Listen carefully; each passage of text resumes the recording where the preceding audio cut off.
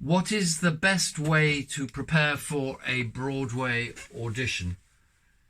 Well, this might sound odd, but it is to prepare. You'd be amazed how many times we sit there and the artist patently has not prepared for the audition. Warm up, bring a legible piece of music that is easy to play. Every now and then we get some Wagner along and some difficult Wagner, and every now and then I'll look at the pianist, wink at him and say, let's have some Wagner. And Lee, our wonderful rehearsal pianist, audition pianist, will grimace and look at this and not be very happy with me for 3 or 4 minutes. But we also once had an aria from the Queen of Spades by Tchaikovsky, which I think was written in something like 6 sharps and fistfuls of notes. I mean, just the pianist was going like mad. Fortunately, we had a wonderful pianist at the time who knew the aria, and so it was wonderful, and I think she got the job. But my overriding advice would be to take along a piece of music if you are going to audition for a Broadway or West End show that is easy to play by the pianist. Or not necessarily easy, but is in the right key, legible and clear for the pianist to play. Bring along a choice of songs, up-tempo, ballad, something like that. Two choices is minimum, I would have said, unless they've specified what they want to hear. But if it's a general audition, 2 choices of song. But overridingly, it is be prepared. We once had somebody who came along at about 10 o'clock in the morning, smashed out of their brains. And it was one of the... If it hadn't have been so cross-making, so angry-making, I would have laughed. Because she came on stage, she tottered on stage, and we'd been warned, patently the worse for wear. And I said, now Miss, whatever her name was, what are you going to sing? And she went, oh, memory. I mean, that just finished us off, I'm afraid. What role does community theatre play in the world of musical theatre? A very important part, I would suggest. You can hone your skills there. Some people have very good and enjoyable careers outside the music theatre, and so they do this as an enjoyable part-time job. It brings the local community together. I regularly go to my aunt in a village in Hampshire, and they have a community theatre, and they put on Agatha Christie plays. They put on a pantomime at Christmas, and they bring professional people in. They are all amateurs. Some of them are very good. Some of them are not quite so good. But they are all enthusiastic and love what they're doing. So I think it's an important part because it does feed music theatre. It feeds the legitimate theatre. It feeds the commercial theatre. People go there and say, this is what I want to do in my life. I'm enjoying this. I'm going to give it a go. So I would suggest an important part. I certainly did it while I was a student. I played rehearsal piano for a community theatre in Southwark, and we would put on 3 or 4 shows a year. Great fun they were. What was it like to conduct Phantom for the 25th anniversary concert? Oh, well, conducting Phantom anyway is something to really look forward to every time I do it. Normally I do it about once, maybe twice a year, keep my hand in to show people I still can. I have done it a little bit more often recently because we've been appointing a new concertmaster in the orchestra. It's an important job, and it's important that I know exactly what's going on and who is the best player. So I did it about 3 or 4 times over about 3 or 4 weeks, which is quite a lot for me, but hugely enjoyable. And each time I go in, I think, why don't I do this more often? And it's time, I guess, because every time I go in, I spend the entire day going through the score intimately. You can't take anything for granted in this show, but it is one of the greatest pieces of music theatre, one of the great pieces of theatre in the 20th century. It's a piece where it's like when I conduct opera, everything relies on the conductor. I would say the same about Phantom. Andrew might not necessarily agree with me, although I think he might.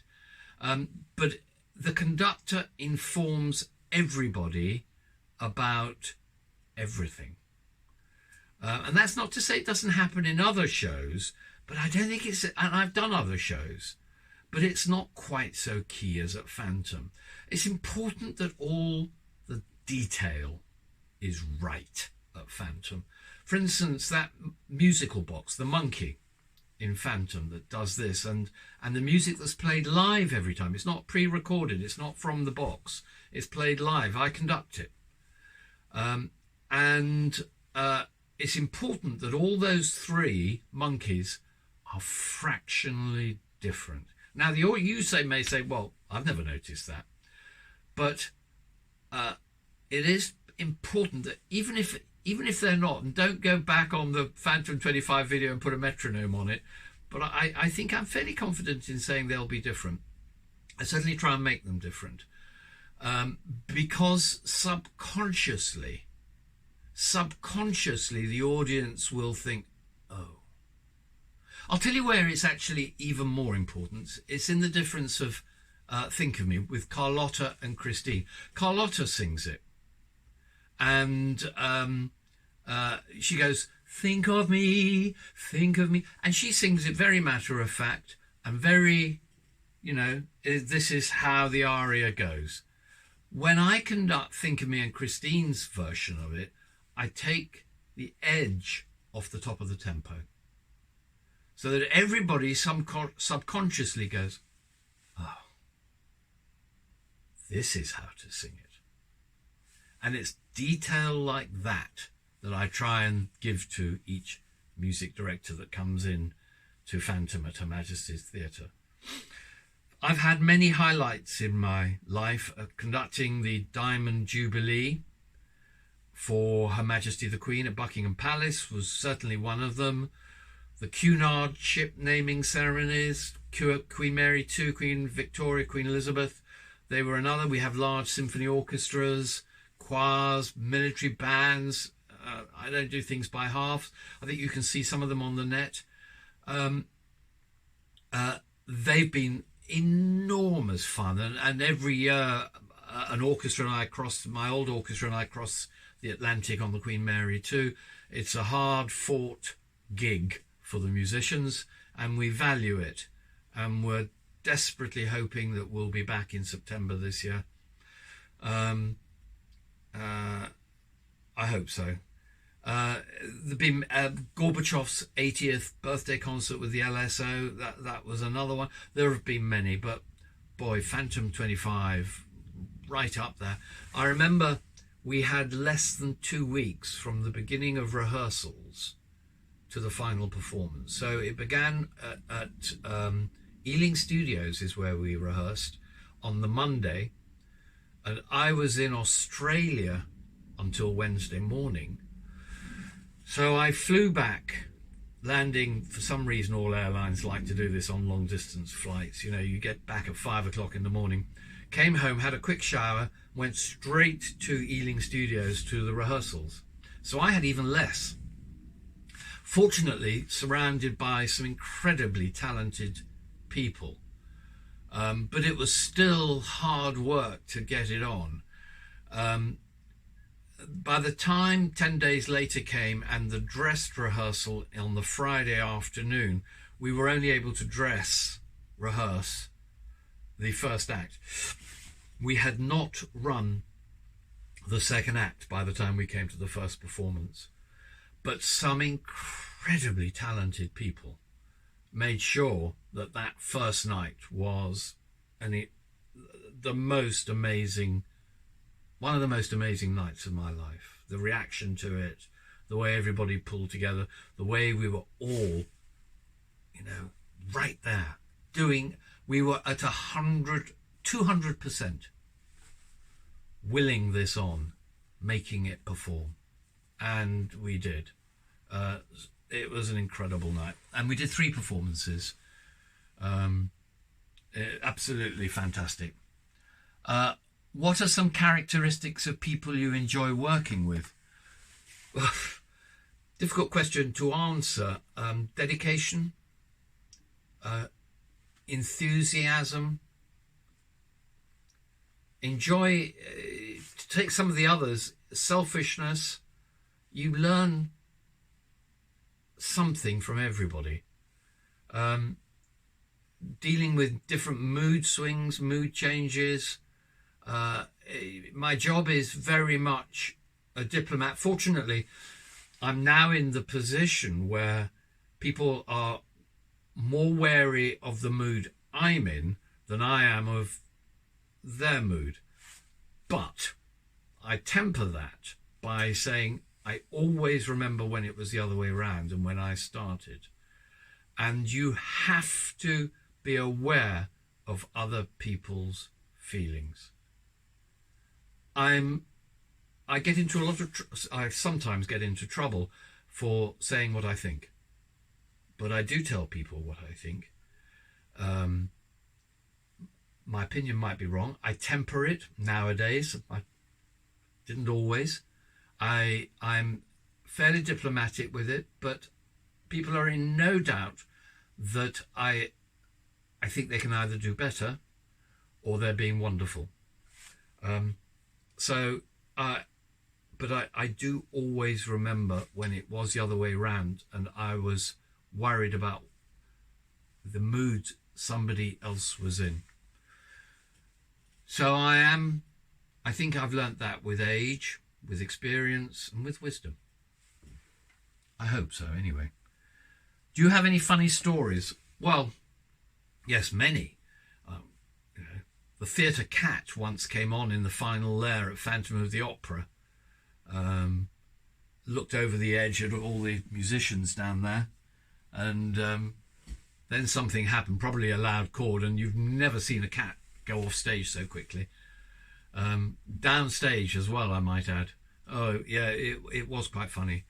But I suppose the story I always tell, well, not always, but the story I have told before is before Phantom, long time before Phantom, in the UK, there was a comedy double act. Sadly, neither of them with us anymore. Although they were individual actors. They weren't people like, I don't know whether you know Morecambe and Wise over in Philadelphia, or I'm trying to think of some American vaudeville comedians, and you're screaming their names at me now, but for the moment, Knox and I can't remember. I know you're screaming names at me, and for this I apologise, but my brain's gone for the moment. Oh, Laurel and Hardy, those sort of people. They were vaudeville comedians, and they were a double act. These two were what we called variety over here, but they had individual careers themselves, and they were called the two Ronnies, Ronnie B and Ronnie C. Their names being Ronnie Barker, Ronnie B. I'd love to say he was called Ronnie C, and Ronnie Corbett called Ronnie C. They were wonderful, wonderful people, and I actually toured to Australia with them for 6 months, to Melbourne and Sydney, and we had a fantastic time. wonderful people. And we were at what is now called the Mayflower Theatre in Southampton. Used to be called the Gaumont. And even after the refurbishment it's recently had, there is no centre aisle at the Mayflower Theatre in Southampton. Which means if you're conducting in the pit, there's somebody sitting immediately behind you. At Her Majesty's, there is as well. There's no centre aisle. And we sell those seats at a discount, restricted view. In those days, we didn't. And at the end of the Two Ronnies overture that we were doing, there was a complicated routine. There was a routine for me, and I would have to turn around to the audience, take a bow, turn back to the orchestra, put a headset on, and press the button to start the click track. And the click track, for those who don't know, which I'm sure is not many, is a device for playing pre-recorded voices to live music. So I would get in my cans a click and a beat going, which I would conduct to, and the orchestra would play live.